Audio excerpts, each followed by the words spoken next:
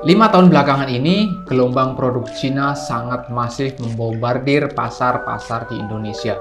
Bagaimana tidak? Indonesia dengan lebih dari 270 juta orang menyandang negara berkembang.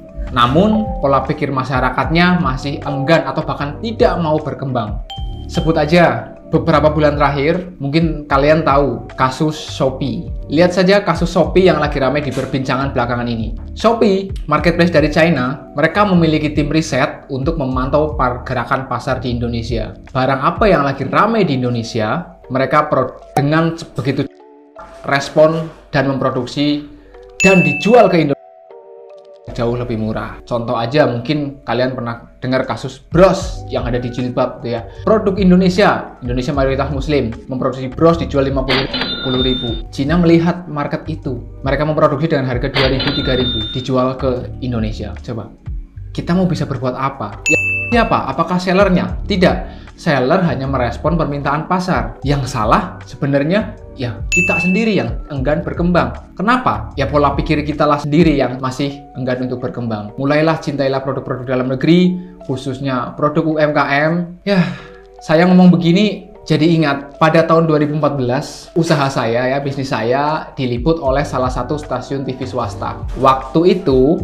hostnya adalah Pak Bondan Winarno. Kita tahu bersama Pak Bondan Winarno adalah bapak kuliner Indonesia yang melegenda, almarhum ya. Setelah rangkaian syuting kan sampai sore gitu ya, saya pun ngobrol. Sudah selesai syuting, saya ngobrol sama Pak Bondan sambil ngopi-ngopi ya. Waktu itu Pak Bondan itu masih sehat banget, masih energik. Saya tanya satu hal kepada Pak Bondan yang waktu itu benar-benar mengganjal di hati saya dan pikiran saya, karena waktu itu setiap kali orang membeli produk saya, mulai banyak yang bertanya, ini pakai MSG nggak? Ini pakai micin nggak? Jadi saya kan dilema. Ya kita tahu MSG itu membodohkan katanya. Saya tanyalah kepada Pak Bondan waktu itu, Pak, bagaimana pendapat Anda tentang MSG? Soalnya konsumen yang beli ke sini kebanyakan saya pakai MSG atau enggak. Sementara kalau saya pakai pengganti MSG ya harganya cukup mahal gitu kan. Waktu itu belum banyak ya beredar pengganti substitusi MSG. Apa yang Pak Bondan katakan? Pak Bondan itu ngomong gini, alah, itu hanya persaingan bisnis aja mas. Nggak ada yang riset membuktikan bahwa MSG itu membodohkan.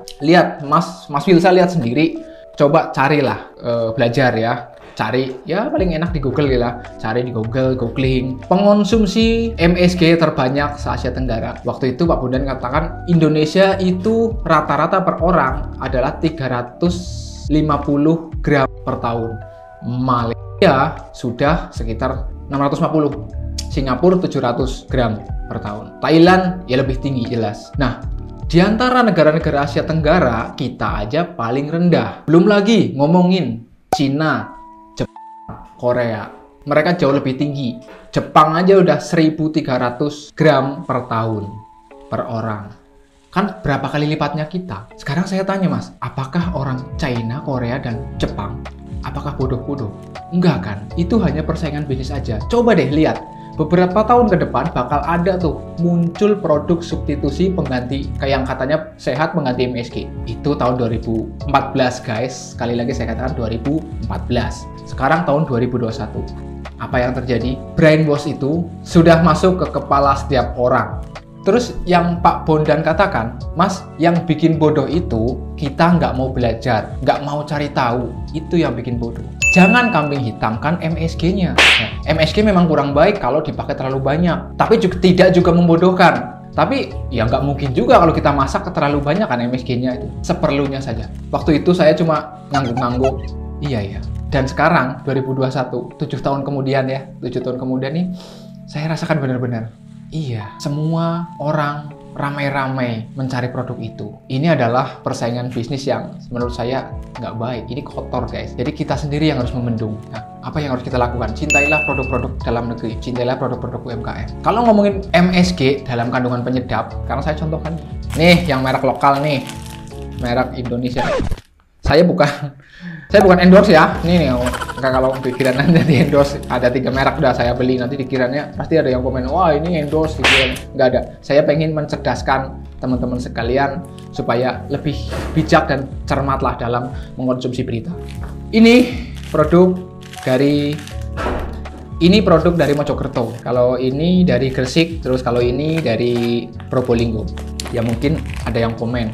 Merek-merek ini kan merek-merek juga korporasinya perusahaan luar juga. Iya betul. Ya kalau saya boleh katakan itu hanya masalah permodal. Setidaknya minimalnya bahan baku tebunya dan tenaga kerjanya masih orang kita. Kalau kita ngomongin komposisi mengandung MSG, ya ini MSG. Ini kalau kalian beli ya, coba lihat produsennya dari mana. Kalau importir sih hanya ya seperti saya katakan tadi menyambut permintaan pasar. Lihat, perhatikan komposisinya. Di sini juga ada mononatrium glutamate atau MSG. Sebenarnya ini sama-sama MSG. Ayo, sekarang mau gimana? Nah, dan perbedaan ini harganya cukup mahal. Mahalan mana? Ya jawab sendiri. Kalau kalian membeli produk yang mahal, diproduksi menjadi sebuah produk dan kalian jual, HPP-nya tentu akan meningkat drastis, meningkat tinggi. Hanya karena kalian pengen menciptakan produk yang sehat, yang sebenarnya juga sama aja. Mari kita berpikir. Perang ekonomi sudah bergulir guys. Jadi berhati-hatilah dalam mengonsumsi berita. Ya, pesan saya, kalian mulai sadar untuk mencintai produk-produk dalam negeri. Saya membahas ini kan sekarang kasusnya MSG, micin gitu ya. Di tahun 90-an ya, kalau kalian ingat ya, 80-90 Indonesia negara penghasil kopra terbesar di dunia. Kemana sekarang? Ya. Yang sedang bergulir sekarang kampanye kok membunuhmu ya, tembakau. Saya hanya khawatir akan terjadi pada beras, gula, dan bahan-bahan sembako yang sesungguhnya Indonesia ini adalah surga. Mudah-mudahan kekhawatiran saya salah. Indonesia tetap menjadi negara yang kaya akan rempahnya dan negara yang kaya akan sumber daya alamnya. Terima kasih sudah menonton video ini. Apapun produknya, kemas aja.